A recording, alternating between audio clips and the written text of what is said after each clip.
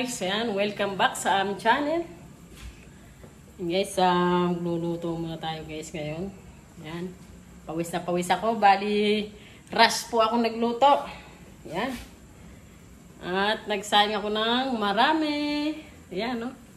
Dahil yung kapatid po ni Sky, ay ni Ruby ay nanganak po. Ayan, malapit lang po sa amin ang ospital na pinanganakan niya.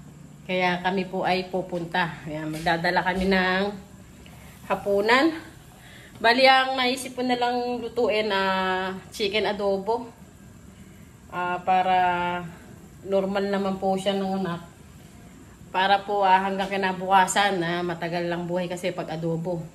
Kung sinigang baka dito magal hanggang umagahan nila. Ayun guys, at yun, may bago na naman pamangkin si Sky. Yun, tuwan-tuwa. Kaya pag galing po niya mamaya sa trabaho, diretso na kami doon. Dadala kami ng hapunan. At saka nung tubig, nung nanganak. At nakalimutan daw bumili nung kanyang jowaer. Si umuwi na, taga-Pantabangan pa po siya. Bali, malayo pa biyahin nila. Kaya kami na magdadala ng kanilang food at saka water. Dadala kami ng mga alcohol, bulak, ganun. Ayun guys, ilang naman ang kaya kong lutuin adobo. Ayan o, dahil may babaong kanin o. Yan, rush po tayong nagluluto ngayon. Yan, patutuyo ko na lang yung adobo. Yan, pagsa-pawis ako. At mabilis ang tad-tad ng manok. At habang nagluluto ako ay sasampay ko muna yung aking labahin at di ko pala naisampay kanina. Yan. Ayan, kasi tumawag yung kapatid niya. Ayan, agad-agad ako nagluto. Naglalaba ako. Ayan. Ayan, sa dryer muna. Sasampay lang ako guys. At ayan guys. Luto na ang aking chicken adobo. Ayan guys, oh. Chicken adobo. Adobo, ayan, nilagyan ko siya ng sabaw. Saka ng patatas. Ito yung rice nila. Ayan, makakatanghalian pa nila to. Ayos, sana masarapan nila. And guys, andito na kami sa ospital. Sa ELG ba to? Ayan, sa Pitas. Ayan, dito kami sa ELG Cabanatuan. Ayan. Magdadala lang po kami ng pagkain. Bawal yatang pumasok. Bawal daw pumasok? Tingnan daw, pakikusap. Wala pa naman daw sa kanya bata eh. Guys, tatawagan na namin. Ito na kami. Hi guys, yan, good morning. Magandang umaga po. Ayan, di po kami pinalad kagabi na makapasok kagabi sa hospital para makita ni Sky yung new baby niya, new pamangkin. Ayan, di po kami pinayagan kasi dala po nang na-traffic kami sa Dinarayat. Dahil piyesta po doon, napakadaming artista. Kaya nakarating kami ng Cabanatuan.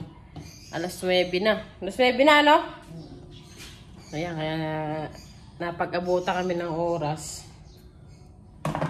Sayang, excited pa naman si Iske makatigan niya mong pamangkin na si Roslyn. Baby Roslyn. Baby girl. Excited pa naman kami. Good morning. Yan, break ng lunch ni Ruby. Yan.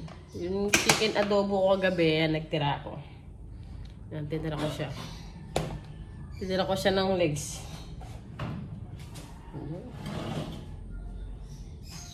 Kaya nakita namin yung bagong pamangkin ni Sky sa cellphone na lang. Yan. Pinost na lang ni sister niya. Excited pa naman.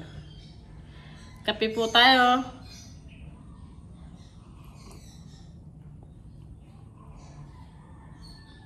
Yun guys, kaya po kasi si Ruby excited makita kanyang pamangkin kasi po malayo po yung bahay ng kapatid niya dito sa amin. Kasi po ang papunta sa kanila ay Pantabangan. Halos 2 hours biyahe po ang bahay ng kapatid niya. Kaya dito po ng anak malapit sa ospital namin.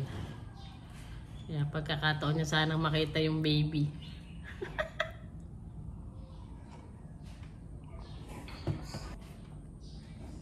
Baka Pasko na sila magkita ng bago niyang pamangkin. Baka mamasko dito. Oy, baka mamasko dito yun ah. Pwede na kayo mamasko yun? Oy, naparamdam din mo lang kita yung baby mo. Gusto mo pa naman ikaw yung unang hahawak. Malungkot. Kahawig mo ba? Kahawig ko. Excited po yung kagabi. May dimples din. Nairat-rat ko gawin kabanatuan. Tinuloy na ko. Nagdiri kami umabot. Sobrang traffic sa dinara. Traffic kasi eh. Yan, meron na naman siyang new pamangkin.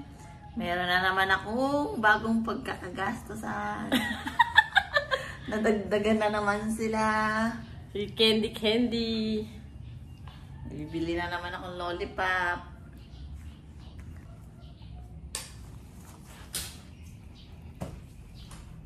So ayan guys, papasok na naman si Sky. Araw-araw ganito ginagawa natin. Gagayak muna ako.